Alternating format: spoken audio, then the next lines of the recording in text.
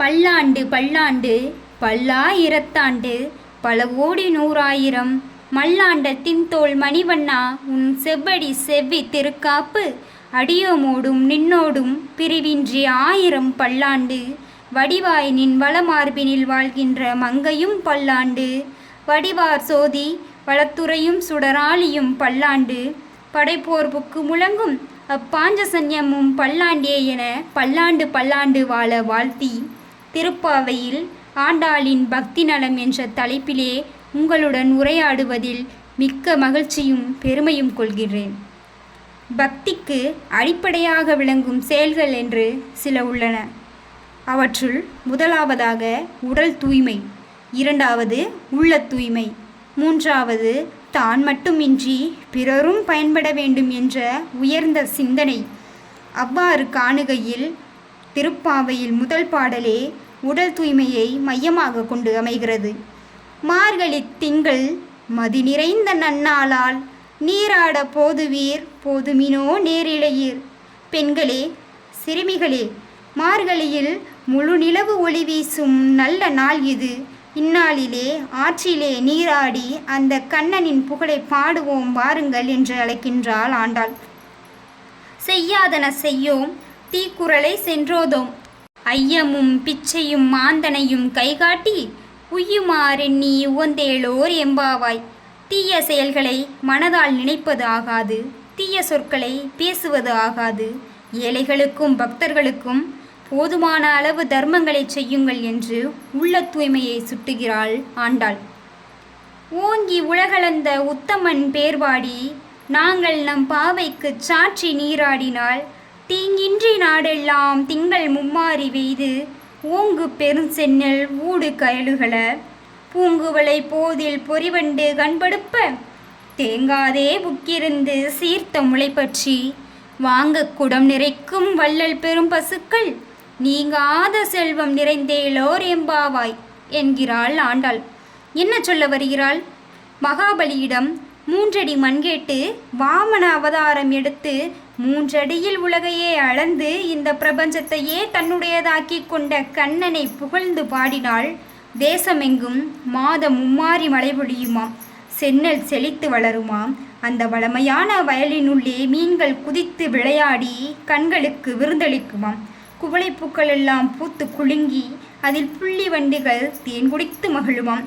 பசுமாடுகள் அளவில்லாது வாரி வழங்கும் வள்ளலை போல அள்ள அள்ள குறையாத அமுதமாய் பால் தரும். எனவே கண்ணனை புகழ்ந்து நீங்களும் பாடுங்கள் என்று உலகோர் வாழ வேண்டும் என்ற சிந்தனையையும் கூறுகின்றாள். பக்திக்கு அழகு எது தெரியுமா? முழுமையாக சரணடைதல். உன்னடி பச்சைய உனை வணங்குகின்றேன், என்னை பாராயன நாராயணனே நமக்கு பறை தருவான் பாரோர் புகழ படிந்தேளோர் எம்பாவாய். கண்ணபிரான் நமக்கு அருள் தர காத்திருக்கின்றான், அவனை புகழ்ந்து பாடி அவனடி பற்றுவோம் வாருங்கள் என்று அழைக்கின்றாள்.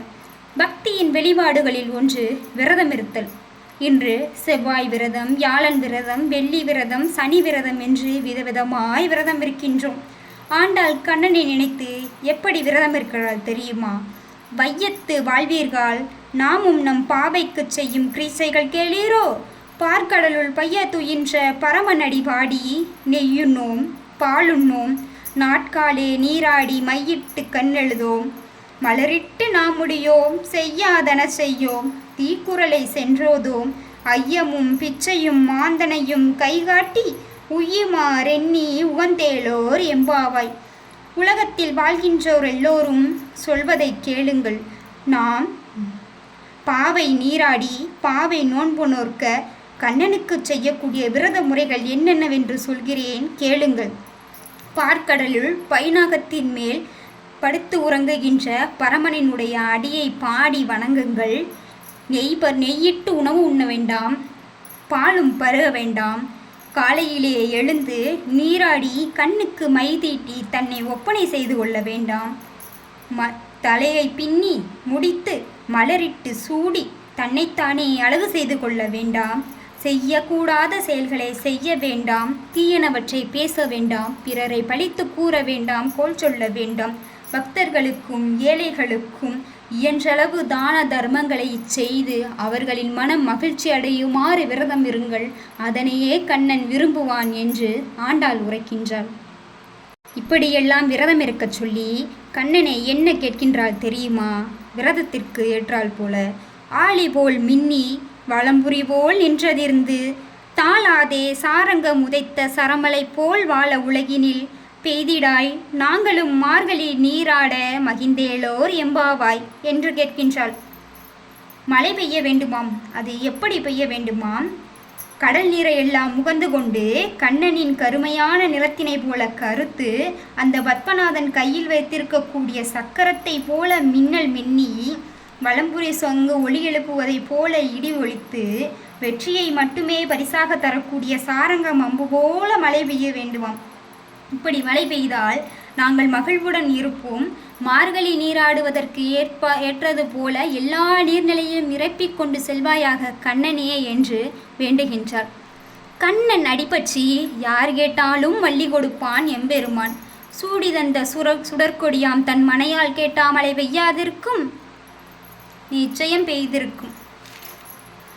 ஈங்கிவளை நான் பெறவே என்ன தவம் செய்துவிட்டேன் என்று தேவதகி தாய் பெருமைப்படும் அளவிற்கு விந்தை புரிந்த கண்ணனை தூய்மையாக நீராடி மனம் வீசும் மலர்களுடன் கண்டுவிட்டால் தீயினுள் புகுந்த தூசு போல முன் செய்த பாவவினைகளும் செய்கின்ற பாவவினைகளும் காணாமல் போய்விடுமாம். தூயோமாய் வந்து நாம் தூமலர் தூவித் தொழுது வாயினால் பாடி மனதினால் சிந்திக்க போய பிழையும் புகுந்தருவான் என்றனவும் தீயினில் தூசாகும் செப்பேலார் எம்பாவாய் என்கிறாள் ஆண்டாள். தீயிற்குள் புகுந்த தூசு எவ்வாறு காணாமல் போகுமோ அதுபோல தான் செய்த பாவ வினைகளும் காணாமல் போகும், கண்ணனடி பற்றுங்கள் என்று கூறுகின்றார். மற்றொரு வகையில் பக்தி எது தெரியுமா? பொருளை திருடுவது மட்டும் திருட்டல்ல, நேரத்தை வீணடிப்பதும் ஒரு வகையில் திருட்டுதானாம். சரி, நேரத்தை வீணடிக்காது திருப்பாவை படிக்கலாமா என்றால் கூடாது. ஏனென்றால் காலம் கடந்து இளமையை தவறவிட்டுவிட்டு முதுமையில் திருப்பாவை படிக்க நேர்ந்தால் என்ன நடக்கும் தெரியுமா? வாய் உளரும், படிக்கும் நூல் கைப்பற்ற முடியாது, கை நடுங்கும். காலம் கடந்த பின் பாவை படித்து என்ன பயன்? இளமையிலேயே பரமன் புகழ் பாடினால் செல்வங்கள் நம்மை வந்து சேருமல்லவா? நீ நன்னாளால் கள்ளம் தவிர்த்து கலந்தேளோர் எம்பாவாய் என்று இளமையிலேயே கண்ணனடி பற்றி பாவை நோன்பு நோற்று செல்வ வளங்களையும் பக்தியையும் கண்ணனது அருளையும் பெற்றுக்கொள்ளுங்கள் என்று கூறுகின்றார். பக்திக்கு மற்றொரு சிறப்பு என்ன தெரியுமா? தான் என்கின்ற கர்வத்தை அடக்க வேண்டும். ஒரு உதாரணம், மகாபலி சக்கரவர்த்தி தேவர்களை அடக்கி கர்வம் கொண்டிருந்தான். வாமனனாக நாராயணன் தோன்றி மகாபலியின் கர்வம் அடக்கினான். இந்த கர்வம் அடங்கினாலே இறைவனடி பற்றலாம் அல்லவா? அம்பரம் ஊடறுத்து ஓங்கி உலகளந்த உம்பர் கோமானே எம்மை காப்பாயாக என பணிகின்றாள் ஆண்டாள். கண்ணனுக்கு பயந்தே மன்னர்கள் வணங்க ஒதுங்கி காத்திருக்கின்றனர். அப்படி பயத்தினால் வணங்குவதில் எந்த பயனும் இல்லையாம். பக்தியில் அவனது திருவடியே தஞ்சம் என்று புகுந்துவிட்டால் இறைவன் மகிழ்ந்து வரவேற்பானாம். ஆற்றாது வந்து உன் அடிபணியுமார் போலே போற்றியாம் வந்தோம் புகந்தேளோர் எம்பாவாய் என்கின்றாள். நாங்கள் உனக்கு பயந்து ஒதுங்கி நிற்கவில்லை, உன்னை பணிந்து நிற்கின்றோம். எப்படி சொல்லுகிறாள்? மன்னர்களைப் போல பயந்து ஒதுங்கி நிற்கவில்லை, நாங்கள் உன்னை பணிந்துதான் நிற்கின்றோம். கண்ணா, உன்னை காண வேண்டும் என்று தவித்து கொண்டிருக்கின்றோம். நீ வந்து எங்களுக்கு உன்னுடைய கடைக்கண் பார்வையை எங்கள் மீது செலுத்திவிட்டு எங்களுக்கு அருள் தரக்கூடாதா? இதைவிட பக்தி சிறப்பு ஒன்றை காண முடியுமா? நம்ம கடவுள்கிட்ட வேண்டும் பொழுது, நீ எனக்கு தேவையானதை கொடுத்துட்டேனா அதிலிருந்து உனக்கு ஒரு பங்கு தர்றேன், உனக்கு அது செய்வேன், இது செய்வேன், அந்த பொருளை அள்ளி கொடுப்பேன், இந்த பொருளை அள்ளி கொடுப்பேன், உனக்கு மலர் மாலை சூட்டுவேன், பட்டாடை சூட்டுவேன், உன்னுடைய கடைக்கண் பார்வை என் மேலே பட்டு என்னுடைய தேவைகளையும் என்னுடைய குறைகளையும் நிவர்த்தி செய்ய மாட்டாயா? இப்படி தான் வேண்டுவோம். இந்த உலகத்தில் எல்லாமே அந்த கண்ணன் கொடுத்தது. அதை எடுத்து அவனுக்கே கொடுக்கக்கூடிய வல்லமை யாருக்கு இருக்குது தெரியுமா? மனிதனுக்கு தான் இருக்குது. என்ன ஒரு விந்தை! அவன் கொடுத்ததை எடுத்து அவனுக்கே கொடுக்க நமக்கு என்ன உரிமை இருக்குது? கடவுள்கிட்ட இப்படியெல்லாம் வேண்டவே கூடாதான். இறைவனுடைய கடைக்கண் பார்வையை நம்ம மேலே திருப்புறது ரொம்ப ரொம்ப எளிமையான விஷயமா. பொன் தர வேண்டாம், பொருள் தர வேண்டாம், கடவுளுக்கு இன்னது செய்ய வேண்டாம், எதுவுமே செய்ய வேண்டாமா. கடவுளினுடைய அடியை பற்றி அவனுடைய திருநாமமாக இருக்கக்கூடிய கோவிந்தா விக்ரமான்னு அழைச்சாலே போதுமா. உள்ளம் உருகி கோவிந்தா விக்ரமா என்று அலையுங்கள். கண்ணன் உங்கள் முன் வந்து நிற்பான். உங்களுக்கு அவனின் கடைக்கண் பார்வை பட்டுவிடும். அவன் அருள் புரிவான் என்று ஆண்டாள் கூறுகின்றாள். அங்கன் இரண்டும் கொண்டு எங்கள் மேல் நோக்குதியேல், எங்கள் மேல் சாபம் இழிந்தேலார் எம்பாவாய் என்கின்றாள். நம்ம எதிர கடவுள் தோன்றுனா என்ன கேட்போம்? கடவுளே எனக்கு பொண்ணை கொடு, வீடை கொடு, வாகனத்தை கொடு, பணத்தை கொடு அப்படின்னு விதவிதமாக நம்மளுடைய தேவைகளை அடுக்கிக்கிட்டே போவோம். பணம், வீடு, வாகனம், நகை இது எல்லாமே நமக்கு கிடைக்கணுங்கிற விதி இருந்தால் கட்டாயம் கிடைக்குமா? இப்படி கடவுள் நம்ம எதிரே வர்றப்ப நம்ம வகை வகையாக கேட்கும்போது ஆண்டாள் என்ன கேட்டால் தெரியுமா? அந்த கண்ணனையே கேட்டுவிட்டா. அவன் அடி சேர்ந்ததுக்கு அப்புறம், அவனோடு கலந்ததுக்கு அப்புறம், அவனே தஞ்சம் என்று புகுந்த பிறகு சோறு எதற்கு, வீடு எதற்கு, வாகனம் எதற்கு, நகைப்பணம் எல்லாம் எதற்கு? கேட்பதாக முடிவு செய்து விட்டால் பெரிதினும் பெரிது கேட்க வேண்டும் அல்லவா? அதனால்தான் ஒப்பில்லாத ஈடு இணையே இல்லாத கண்ணனை கேட்டுவிட்டாள்.